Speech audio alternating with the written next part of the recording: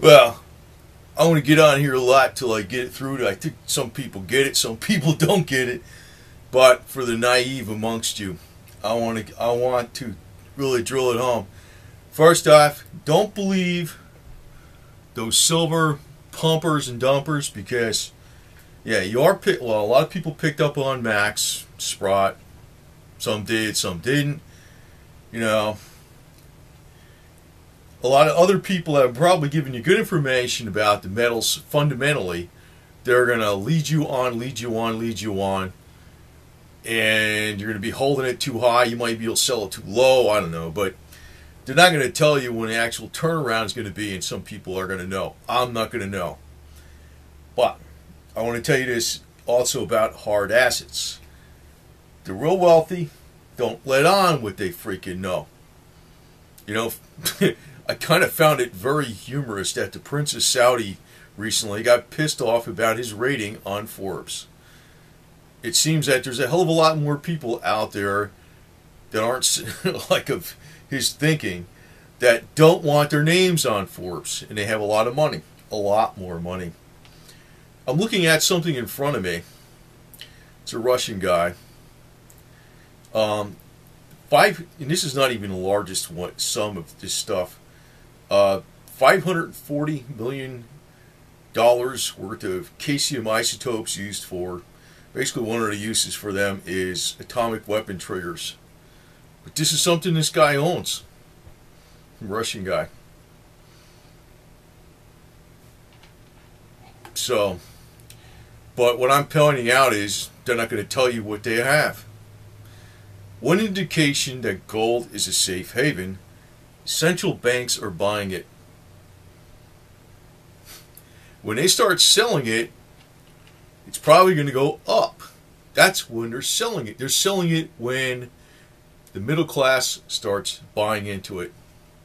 That's why I don't trust these silver pump and dumpers and gold pump and dumpers.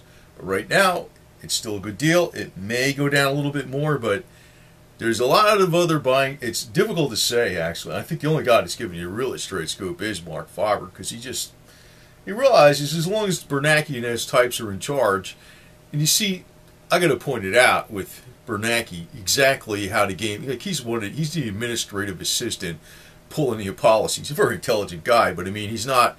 I think there's a hell of a lot more crap going on behind the scenes, but it's a loan sharking game, and they're producing paper out of nowhere, out of nothing, that you pay back with interest, and if you don't freaking stay on that treadmill, you relinquish your assets. So they want to keep that card game going as long as possible.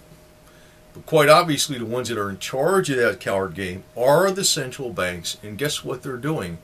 They're buying gold. Also, China is buying gold. But they don't want it. They're doing it in other ways too. They're trying to buy like into mining companies and stuff because they don't want to upset the open market. You know, it's almost like this. You know, say I was buying a motorcycle and it was like a older bike, you know, a 1958 Panhead, and I liked the bike. Would I go there all excited and tell everybody, oh, it's worth so much money and oh, you better buy it? No, I would not want to attract a lot of buyers to that motorcycle because I want to get it cheap. You know? I'd say, yeah, I'm not too sure. It's exactly how they're playing the game with gold and silver. But I got to warn people again and again and again, when it goes way up, you're going to get guys like even Mike Maloney who are going to be telling you bullshit. Because I didn't, you know, I remember that. I forgot about it. I remember that somebody reminded me about the $1,500 an ounce shit. Whoa, bullshit. That means the dollar goes to oblivion. I would sell it way before that shit. I mean, you should probably keep a little bit of it anyway, but I mean, you know, if it's going up to like $200 an ounce, you should be dumping quite a bit of it. That's a lot. That's a hell of a gain, man. It's only $30 now. Crap, that's almost 7 times.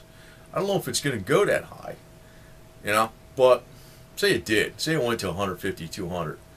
It might go to actually very briefly to 400 or 500. It might just be like a 2-day window or something. I don't know. But you don't want to be playing that game, because on the other side of the curve, it drops like a stone.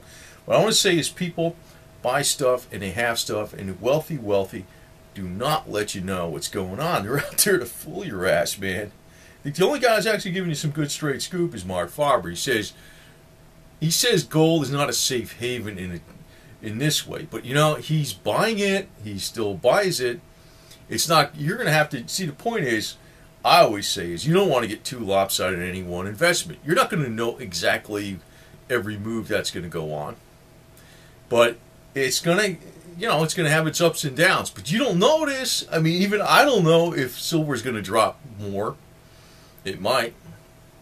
There's a couple reasons it might. There's a couple reasons it might go up. But I don't think it's going to drop like extreme. But what I'm saying is, people with money don't really tell you your moves. And I think the only guy that's actually giving you some straight scoop is Mark Faber.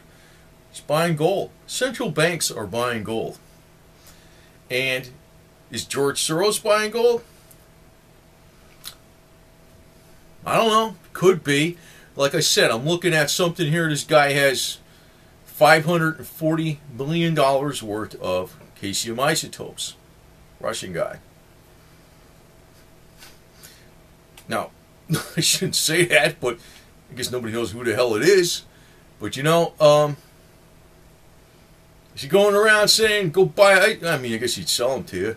There's another one, too. I forgot what the emeralds cost. I know, there's a bunch of, these are actually work to me. But I wasn't dealing with these people directly.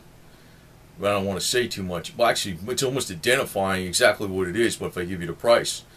I remember it was some crazy price, millions or something. It's 680 million valuation on this cluster of emeralds. I don't think there's only one like it in the world. But I don't think if you looked up on Forbes, the person, he would be listed in the billionaire file someplace. He wouldn't be. But you know what? My point is, 680 million of emeralds, right? I mean, that's what it says. It says like the, you know, I don't actually read it too, except, yeah, it's like, this report is based on the color nomenclature guidelines of the colored stone grading system and Geometrical Institute of America, GIA, and other technical guidelines followed for those of the American Gem Trade Association. I don't know if that, you know, but somebody valued this thing at $680 million at some cluster or some shit. But, you know, are they running to fiat cash? Like, give me some toilet paper. No, man. No. So I have to say, you know, I'm watching from getting scammed from every angle. That's all I have to say. George Soros is like full of shit half the time too, but I read him. He might be buying, I think he actually is buying physical gold, to tell you the truth. I think that guy's got physical gold in Switzerland and Australia, Singapore, or whatever the hell it is. I'll bet you he does. Maybe not as much as Mark Faber, but I bet you he's got a significant amount in physical gold. I'll bet you any money. I don't know that for a fact, but like I said, there's a lot of people that have all these physical assets and nobody knows they have it. And there's other things I could tell you, you know, that's why I get on with Putin, because Mr., not my cat, but Vladimir Putin, he's just basically a very slick salesman for the Russian corporate state. I'll call it that, you know. You want to call it the mob. It's like they even call it the family. Around Yeltsin, the family put him in power. He's got a very smooth exterior where he basically makes the Russian people feel very good. He's got, man, he's almost like the conscientious boy doing a job, but he's still a strong leader, and it's bullshit. There's people around him like Medvedev, his relatives and shit. If you look at some of the stuff they have in Krasnoyarsk, Siberia, warehouses, billions and billions in isotopes, and it's theirs. I mean, I don't know if the Russian people think that's freaking, you know, how did you get that kind of wealth, man? Did you work for it? I don't know. They're fighting the oligarchs, but you know what that reminds me of? It's almost like the Drug Enforcement Agency of the United States fighting drugs. Basically, the inside guys in the United States, that are in the drug trade get their drugs through, and the Drug Enforcement Agency fights the competition that's to the inside guys that gets the drugs through, which is hooked into with the large banks. And the same kind of stuff is in Russia with Putin. Same deal. He's fighting the oligarchs. He's fighting corruption. No, he's fighting competition to the inner circle, the family. And they got some of those guys got, I don't know everything, I know a little bit. Some of those guys got more freaking money in materials. They don't like say, oh, that's why I laughed when I saw Cyprus was going. I knew about Cyprus. Cyprus is a tax haven for big Russian business. Their former KGB, when they had Glasnost and Perestroika came about, when then they got to be entrepreneurs more or less. They set up companies headquartered in Cyprus because the tax rate, corporate tax rate, is much lower. It's like 10%, and there's no tax on capital gains. And actually, a lot of their trade is in commodities, which involves a lot of capital gains. So, a lot of income is tax-free. Which, why is that not being taxed and going to the Russian people for, like, education and better housing and better roads and stuff like that, and more libraries or something, and better dams and aqueducts or something? No, it's going to, and those are the people Putin protects. So, he's a good, Putin looks good on the outside though, man. I have to, that's why they got him out there, damn it. But I don't want to digress too much on this because you don't know what the wealthy are doing exactly. They're like a cat. They hide, baby. It's like, you can't find that cat, or that cat is stealthy as all hell. They're stealthy, man, too, and they freaking fake you out. They'll swat and kill your ass if they can get some money out of you.